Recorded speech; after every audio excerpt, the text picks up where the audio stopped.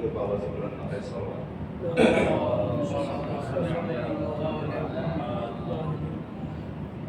لا حول ولا قوة إلا بالله العلي العظيم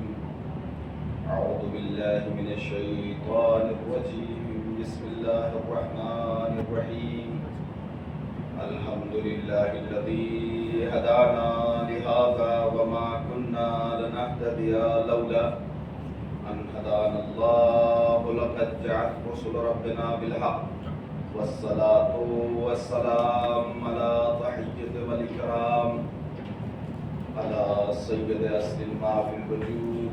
سر الله في كل موجود نقطة دائرة الوجود صاحب لواء الحمد والمقام المحمود ومولى الثقلين جد الحسن والحسين بالقاسم محمد وعلى أهل بيته الطيبين الطاهرين المعصومين المظلومين ولعنة الله على أعدائهم أجمعين من يومنا هذا إلى قيام يوم الدين أما بعد فقد قال الله تبارك وتعالى في كتابه الكريم وهو أصدق القائلين وقوله الحق بسم الله الرحمن الرحيم إن النفس لأمارة بالسوء إلا ما رحم ربي صلوات محمد عزیزان گرامی معزز سامعین کرام خداوند عالم کا ارشاد ہو رہا ہے قرآن مجید کی یہ آیت مبارکہ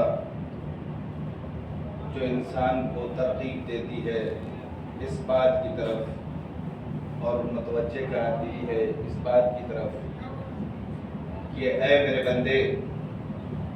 میں نے اگر تجھے خلق کیا ہے تو میری یہ ذمہ داری بنتی ہے کہ میں تجھے متوجہ کروں اس چیز کی طرف کہ میں نے تیرے اندر کیا رکھا ہے اور کس کیفیت میں رکھا ہے۔ اگر میں نے تجھے حیات دی، اس حیات کے ساتھ ساتھ ایک دھڑکتا ہوا دل دیا، عقل دیا، شعور دیے،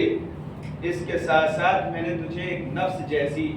چیز بھی عطا کی ہے۔ اس نفس کی کیفیت کیا ہے؟ آج ہم دیکھتے ہیں ہمارے یہاں جب بھی کوئی نئی کمپنیاں ہوتی ہیں، نئے موبائل ہوتے ہیں یا کچھ بھی ہوتے ہیں، تو وہ کمپنیاں کیا کرتی ہیں؟ اس گیجٹ کے، اس چیز کی استعمال کرنے کے طریقے، اس کے مضرات، اس کی ہدایتیں سب کچھ لکھ دیتے ہیں تاکہ استعمال کرنے والا اسے بطور احسن استعمال کرے اور وہ چیز خراب بھی نہ ہو، اس کے استعمال میں بھی رہے۔ تو عزیزان گرامی، جب ہم ناقص العقل انسان کی جو ہم چھوٹی سی عقل رکھتے ہیں، ہمارے پاس عقل کامل نہیں ہے، تو وہ خداوند عالم کہ جس نے ساری کائنات کو خلق کیا ہو، وہ خداوند عالم کہ جس نے انسان کو اشرف المخلوقات بنا کر بھیجا ہو، وہ خداوند عالم کہ جس کو اللہ نے ساری مخلوقات میں درجہ کمال پر رکھا ہو، تو کیا خدا اس چیز سے غافل رہ سکتا ہے کہ یہ انسان کی جسے ہم نے خلق کیا ہے اس کے اندر کی ترکیبی عناصر کیا ہیں، اس کو ہم اسے تعلیم نہ کریں؟ کیا اللہ کے لیے یہ سزاوار تھا کہ ہمیں اس دنیا میں اشرف المخلوقات بنانے کے باوجود بھی ہماری عقل کے حوالے کر دیتا اور کہتا کہ جا اور دنیا میں جیسے چاہے تو عمل کر اور جس طریقے سے چاہے تو اس دنیا میں زندگی گزار؟ نہیں عزیزان گرامی، یہ خدا کا لطف و کرم ہے کہ اس نے انبیاء بھیجے، اس نے مرسلین کو بھیجا، اس نے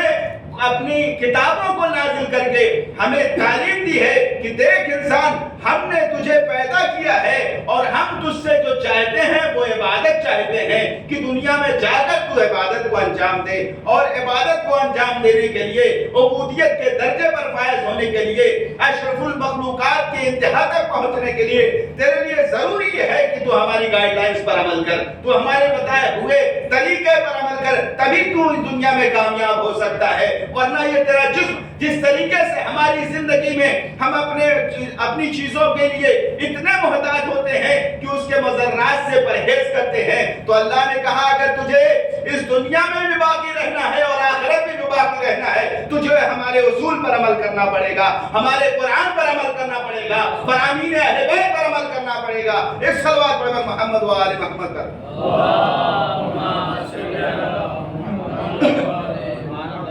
عزیزان گرامی، تو خدا بند عالم نے اسی بات کی طرف انسان کو متوجہ کرایا کہ دیکھ انسان، ہم نے تیرے اندر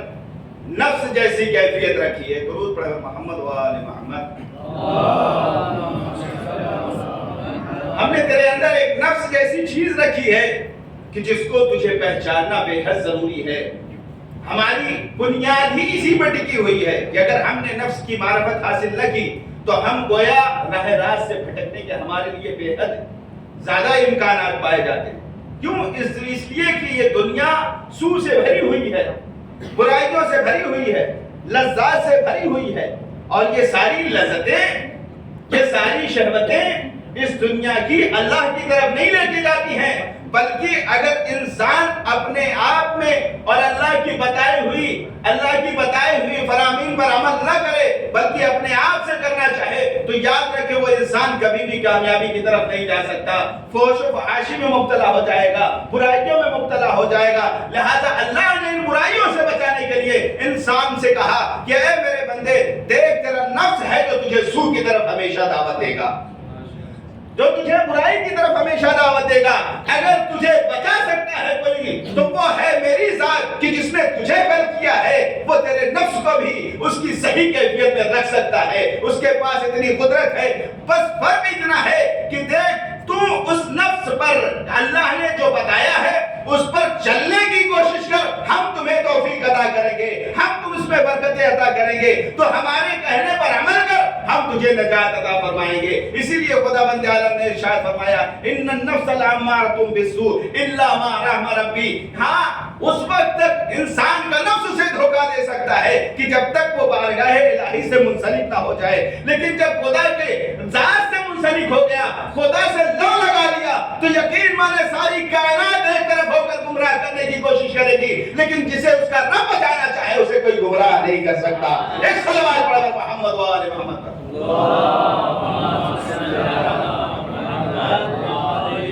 عزیزان گرامی، خدا بند عالم نے اس نفس، یہ نفس جسے نفس امارہ کہا جاتا ہے، قرآن نے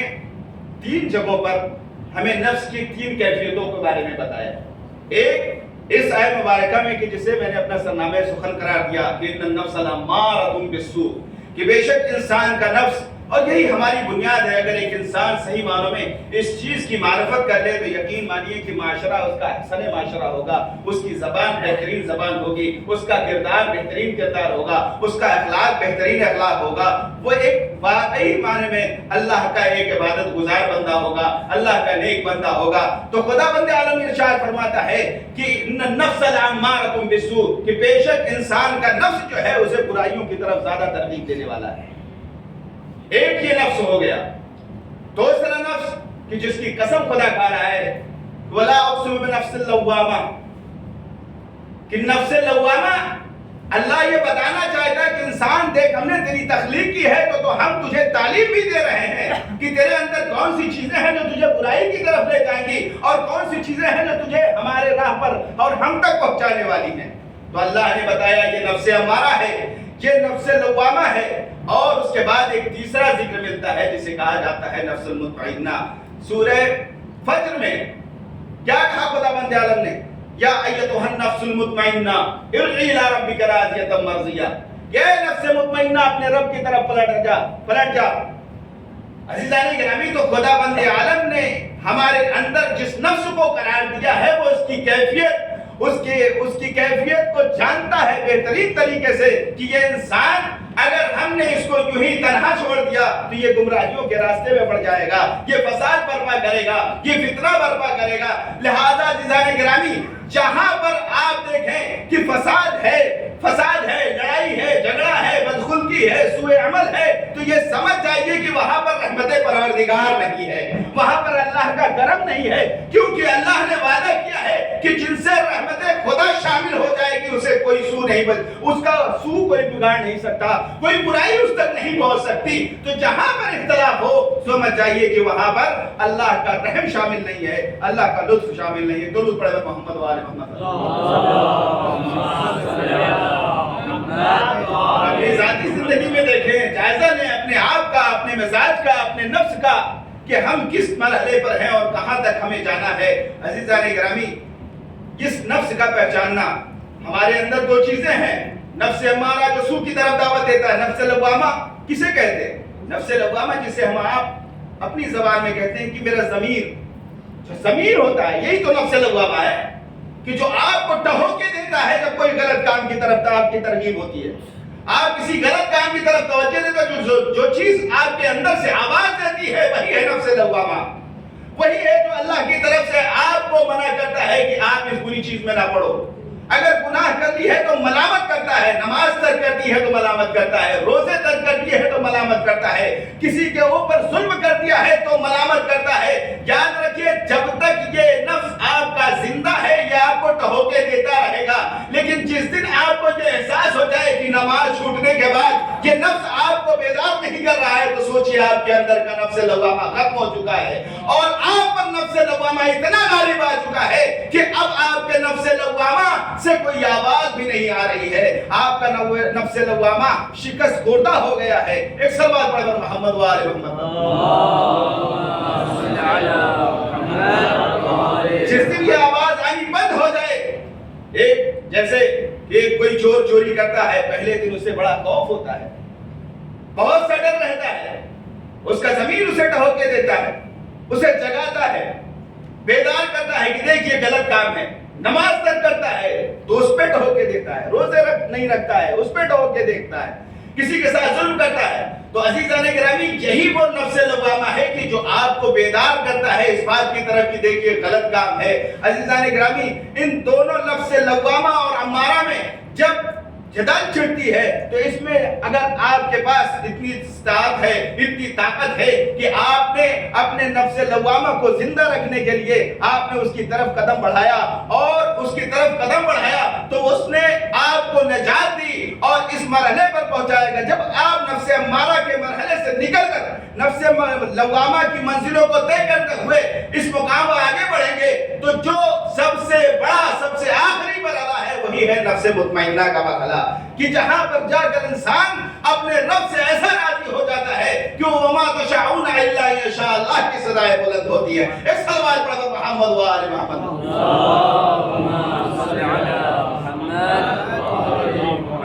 ہم نے دیکھا ہے کہ جب کوئی کسان اپنی فصل بوتا ہے تو گیہوں کی فصل لگائی ہو یا کسی اور چیز کی فصل لگائی ہو تو کچھ جنگلی گھاس بھی ہوتی ہے، مقصود اس کا گھاس اگانا نہیں ہوتا ہے، وہ فصل لینا چاہتا ہے، لیکن آپ نے دیکھا ہوگا، مشاہدہ کیا ہوگا اس بات کا کہ وہاں پر کچھ جنگلی گھاس، کچھ کاٹے، کچھ ایسے درخت کہ جو اس کھیت میں اگاتے ہیں جہاں پر کسان فصل اگانا چاہتا ہے، تو وہ کسان کیا کرتا ہے، کہیں اس کی فصل خراب نہ ہو جائے اس ڈر سے وہ ان جنگلی گھاسوں کو نکال دیتا ہے تاکہ اس کی فصل ہری بھری رہے، تاکہ اس کا ثمرہ اچھا ظاہر ہو۔ تو عزیزان گرامی، ہماری زندگی میں بھی کچھ ایسے عمل ہے، ہم پر لازم یہ ہے کہ ہم اپنی زندگی میں جب ہم یہ چاہتے ہیں کہ سعادت ابدی حاصل کرے تو ہمیں اس بات کی طرف توجہ دینی چاہیے کہ کیا ہمارا نفس امارہ ہمیں برائیوں کی طرف دعوت دیتا ہے، ہمیں غلط کاموں کی طرف دعوت دیتا ہے؟ اگر ایسا ہے تو ہمیں چاہیے کہ ہم اس سے اجتناب کریں تاکہ ہم بارگاہ الہی میں سرخرو ہو سکے، تاکہ ہم بارگاہ الہی میں اس ابدیت کے درجے پر فائز ہوں کہ جسے اللہ طلب کرتا ہے۔ ایک صلوات پڑھ محمد وآل محمد۔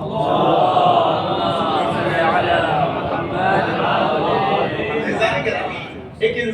کسان جب اپنی ایک چند روزہ زندگی کے لیے، چند ماہ کے لیے کچھ فصل اگاتا ہے، اناج اگاتا ہے، تو اتنا احتیاط کرتا ہے ہمیں اس دنیا میں صرف دار امتحان میں رہ کر آخرت کی منزلوں کو طے کرنا ہے، ابدی زندگی کی فکر کرنی ہے، تو ہم اتنے غافل کیوں ہیں کہ ہم اپنی طرف توجہ نہیں دیتے؟ ہم سے نمازیں بھی چھوٹ رہی ہیں، ہم سے روزے بھی چھوٹ رہے ہیں، ہم سے واجبات بھی ترک ہو رہے ہیں، ہم سے ظلم بھی ہو رہا ہے، غیبتیں بھی ہو رہی ہیں، تو کیا ہم پر یہ لازم نہیں ہے کہ ہم اپنی اس دنیا میں رہتے ہوئے اپنی آخرت کی پرواہ کریں اور اس کی طرف توجہ دیں، تاکہ ہم اشرف المخلوقات کے اس درجے پر فائز ہو جائیں جس کے لیے اللہ نے ہمیں بنایا ہے۔ ایک درود اور پڑھ لیں محمد و آل محمد۔ خبردار رہے اس بات سے کہ آپ کا نفس امارہ آپ کے نفس لوامہ پر غالب نہیں آنا چاہیے۔ یہی ہے ابدیت، یہی ہے خدا بند عالم کا مقصود، تاکہ انسان کامیاب ہو سکے۔ عزیزان گرامی، تاریخ میں اگر اس کا مشاہدہ کرنا ہے، اگر اس چیز کو دیکھنی ہے، اس چیز کو دیکھنا ہے کہ کون ایسے شخصیتیں گزری ہیں کہ جنہوں نے اپنے نفس کے ہاتھوں اپنے آپ کو یا تو کامیاب کیا یا اپنے آپ کو نفس کے ساتھ ہلاک کیا۔ عزیزان گرامی، آپ دیکھیں، اس سے پہلے میں عرض کرتا چلو ایک بات ذہن میں آ گئی کہ ایک مرتبہ رسول گرامی نے امام امیر المومنین علیہ الصلوۃ والسلام سے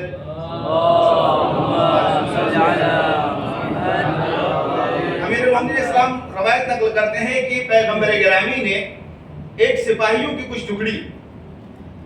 میدان قتال کے لیے بھیجا، اور وہ جب واپس آئے فتح یاب ہو کر تو رسول گرامی نے کیا کہا؟ مرحبا بقوم قد الجہاد الاصغر وبقی علیہم جہاد الاکبر۔ پیغمبر گرامی کہتے ہیں کہ اس قوم اہل وسائل وہ قوم کہ جو جہاد اصغر پر فتح یاب ہو کر آ رہے ہیں، لیکن ابھی ان پر جہاد اکبر باقی ہے۔ سوال کرنے والوں نے سوال کیا، یا رسول اللہ یہ جہاد اکبر ہے کیا؟ پیغمبر گرامی نے کہا کہ وہ جہاد بالنفس ہے کہ جسے تمہیں ہر روز لڑنا ہوتا ہے۔ شاید یہی فرق ہے جہاد اکبر اور اصغر ہونے میں کہ اگر تم زندگی میں جہاد بالسیف کرتے ہو تو شاید ممکن ہے 1 دن 2 دن 3 دن مہینہ 2 مہینہ سال بھر اس سے زیادہ جنگیں نہیں ہوتی ہیں، لیکن یہ آپ کا نفس ہے کہ جو آپ کی زندگی بھر پیدا ہونے کے بعد سے مرتے دم تک آپ کے ساتھ رہے گا۔ لہذا ان سے لڑنا، کبھی کی یہ دعوت دیتا ہے کہ چلو برائی کرو، کسی پر ظلم کرو، کسی پر زیادتی کرو، نیند آ رہی ہے نماز چھوڑ دو، روزہ نہیں رکھنا ہے، کسی کے ساتھ زیادتی کرنی ہے، تو اس نفس سے لڑنا جو ہر وقت لڑنا ہے، ہر آن لڑنا ہے، اسی لیے اسے جہاد اکبر کہا جاتا ہے۔ محمد و آل محمد۔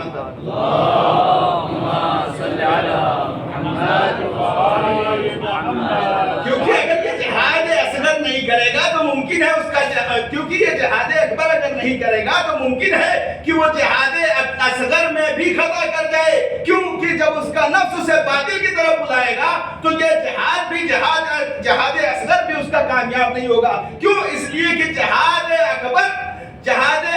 کے بعد جہاد اصغر اگر حق پر ہوتے ہوئے ہو تب ٹھیک ہے، لیکن اگر اس کے اندر پہلے سے برائی ہو اور وہ تلوار نکال کر ایک حق پرست کے مقابل آ جائے تو وہ اس کا جہاد اصغر بھی کامیاب نہیں ہے، جہاد اکبر بھی کامیاب نہیں ہے۔ ایک درود پڑھیں محمد و آل محمد۔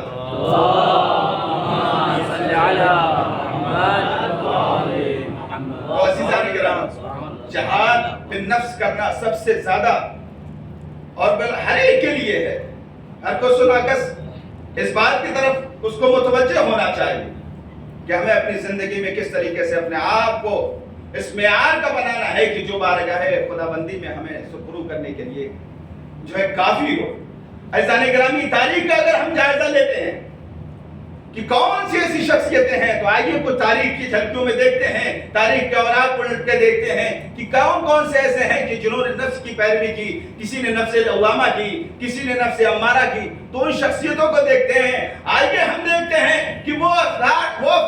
کہ جنہوں نے نفس لوامہ کی منزلوں کو طے کر کے نفس مطمئنہ کی منزلوں پر فائز ہوئے۔ جنگ خندق کا ماحول ہے، بس اشارے کرتا چلوں کہ جنگ خندق کا ماحول ہے۔ عزیزان گرامی، دشمن ہے جو للکار رہا ہے، بار بار خیمہ اسلام میں نیزے چبھو رہا ہے اور یہ کہہ رہا ہے کہ کیا کوئی مرد ہے جو میرے مقابل آئے، کیا کوئی مرد اسلام کیا سارے مرد اسلام کے ختم ہو گئے ہیں؟ عزیزان گرامی، ایسا دشمن کہ جو قائمہ اسلام میں نیزے کو نصب کر دے اور اس کے بعد امام علی علیہ السلام اس کے مقابل جاتے ہیں، وہ رد و بدل ہوتی ہے اور امام نے اسے شکست دی، اس کے سینے پر سوار ہوئے۔ لیکن عزیزان گرامی جب اس نے امام کی شان میں گستاخی کی تو امام اس کے سینے سے اتر آئے۔ لوگوں نے کہا کہ یا اے امام علی، آپ کیوں اس کے سینے سے اتر آئے؟ تو امام کا وہ جملہ کافی ہے اس بات کو سمجھنے کے لیے کہ امام نے کبھی اپنی ذات میں نفس امارہ کو شامل نہیں کیا ہے، بلکہ انہوں نے وہ فریضہ انجام دیا ہے کہ جو نفس مطمئنہ کا فریضہ تھا، جو راضیۃ مرضیہ کا فریضہ تھا۔ ایک سلوات پڑھیں محمد و آل محمد پر۔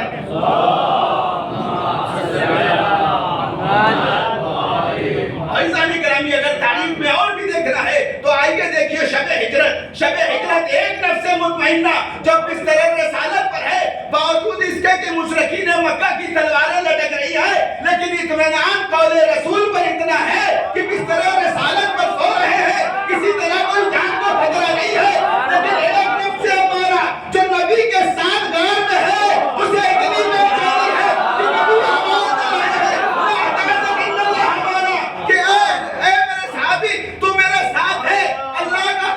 کی طرف سے ہماری مدد ہے، تو اسے صبر کر، خوف نہ کر۔ تو وہاں پر ایک اطمینان دکھائی دیتا ہے کہ جو نفس مطمئنہ کا فائز ہے اور ایک وہ غار میں ہے۔ ایک صلوات پڑھ محمد و آل محمد۔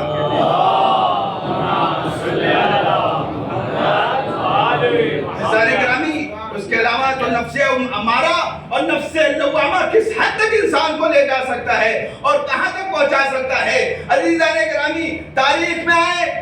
اگر نفس امارہ کی پیروی کرنے والا اس نے وقت رہتے اپنے آپ کو نہیں بدلا تو یاد رکھیں امام وقت کے مقابل میں، نبی مرسل کے مقابل میں، اللہ کی طرف سے بھیجے ہوئے انبیاء کے مقابل میں وہ کھڑا ہو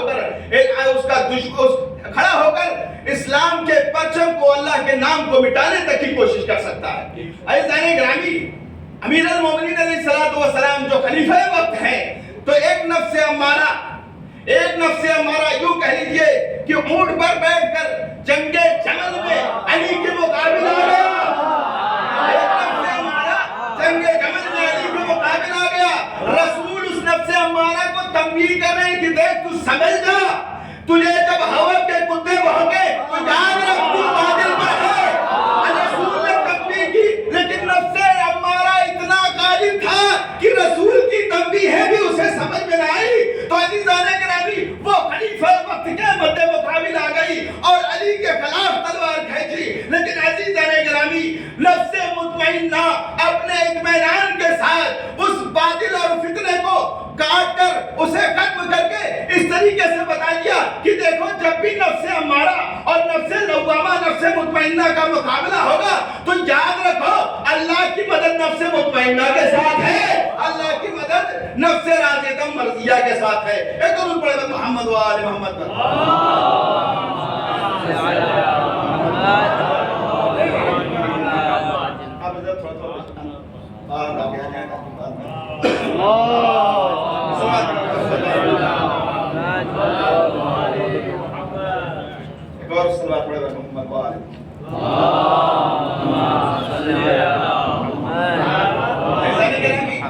اس کے علاوہ دیکھیے کہ نفس مطمئنہ کا کیا معیار ہوتا ہے، کتنی بلندی پر فائز ہوتا ہے نفس مطمئنہ۔ روایتوں میں ملتا ہے، تاریخ میں واقعہ مذکور ہے، بس ایک جھلک اس کی پیش کرنے چاہتا ہوں کہ ادھر امام زین العابدین علیہ السلام، ہمارے اور آپ کے سوا پڑھے محمد والے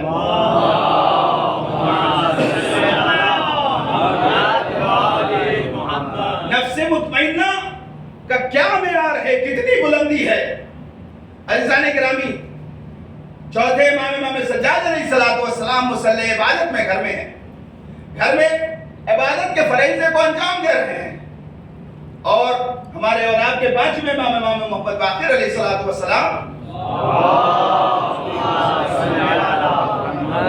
ایک مرتبہ شور اٹھا کہ امام کنویں میں گر گئے۔ عزیزان گرامی، واویلا مچ گیا، ہر طرف ہر انسان حیران و پریشان، کوششیں کر رہا ہے کہ کس طریقے سے بچوں کو نکالا جائے جو کہ کنویں میں گر گیا ہے۔ عزیزان گرامی، امام سجاد ہیں، مصلی عبادت پر ہیں، لیکن ابھی ان کے قدموں میں لغزش نہیں آئی، نماز کو نہیں چھوڑا۔ کہنے والوں نے کہہ دیا کہ آپ کا بچہ گر گیا ہے اور آپ یہاں پر نماز پڑھ رہے ہیں۔ تو عزیزان گرامی، میرا دل یہ چاہتا ہے کہ شاید امام یہ کہنا چاہتے ہو کہ جس رب کے سامنے میں نے سر کو خم کر دیا ہے وہی رب ہے کہ جو میرے بچے کی حفاظت کرنے والا ہے۔ عزیزان گرامی، امام سجاد جب تک نماز کو تمام نہیں کر لیے، نماز کو تمام کیا، تمام کرنے کے بعد آئے اور آنے کے بعد ایک مرتبہ اس کنویں میں ہاتھ بڑھایا، اس کنویں کے پانی نے امام محمد باقر کو امام سجاد کے حوالے کیا۔ تو میں کہنا یہ چاہتا ہوں کہ اس پانی میں اتنا دم نہیں ہے، اس کنویں میں اتنا دم نہیں ہے کہ جس میں ایک اللہ کا بھیجا ہوا ولی ہو اور اس کا باپ مصلی عبادت پر کھڑا ہوا اللہ کے اوپر ایمان رکھتا ہو، اس کے رضا پر راضی ہو، اس کی قضا و قدر پر بھی راضی ہو، اس پر اطمینان رکھتا ہو۔ تو امام سجاد کو اتنا یقین تھا کہ ساری دنیا غرق ہو سکتی ہے لیکن میرا بچہ جو کنویں میں گرا ہے اسے کوئی غرق نہیں کر سکتا۔ ایک صلوات پڑھ محمد وآل محمد۔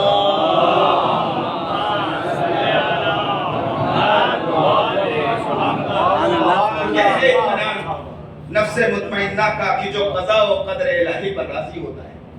عزیزان گرامی، بس یہیں سے بات کو مختصر کرتے ہوئے کہ آپ دیکھیں کہ جب نفس امارہ اور نفس لوامہ کے درمیان تبادلہ ہوتا ہے، مارکہ آرائی ہوتی ہے، تو اس کیفیت کو اگر سمجھنا ہے تو اگر ہم جناب حور علیہ السلام کی زندگی کا مطالعہ کریں تو سب سے بہترین نمونے ہے کہ نفس امارہ بار بار انہیں دنیا کی لذات کی طرف، دنیا کی مال و متاع کی طرف متوجہ کر رہا ہے، اور نفس لوامہ انہیں ملامت بھی کر رہا ہے۔ ایک طرف امام وقت کو روک رہا ہے، ان کا راستہ روک کر کھڑا ہو گیا، لجام فرس حسینی پر ہاتھ بھی ڈال دیا اور چاہتا ہے کہ اسے ابن زاد کی طرف لے کے جائے۔ عزیزان گرامی، جناب حر ہے کہ جو ابھی تک نفس امارہ کے شکار تھے، لیکن عزیزان گرامی ایک مرحلہ وہ آتا ہے کہ جب سرزمین کربلا پر امام حسین کا کوئی ناصر و مددگار نہیں ہوتا اور خیمے سے آواز اعلیٰ کش بلند ہوتی ہے، تو ایک مرتبہ جناب حر کا نفس لوامہ انہیں ملامت کرتا ہے، اور اتنا ملامت کرتا ہے کہ وہ اپنے اس کیے ہوئے عمل سے بیزار ہو کر یزید کے خیمے سے نکل کر قیام حسینی کا رخ کیا۔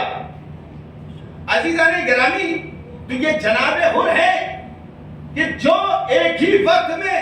جہاد بھی سیف بھی کر رہے ہیں اور جہاد بھی نفس بھی کر رہے ہیں، کہ ایک طرف فوج یزیدی سے نکل آنا اور اس کے بعد امام کے لشکر میں شامل ہو کر امام پر اپنی جان دے کر یہ بتا دیا کہ دیکھو نفس امارہ کل تک مجھے کھینچ رہا تھا لیکن نفس مطمئنہ میں اتنی جاذبیت تھی، اللہ کا رحم اتنا شامل تھا کہ حر کو حر علیہ السلام بنا دیا۔ ایک صلوات پڑھ محمد وآل محمد۔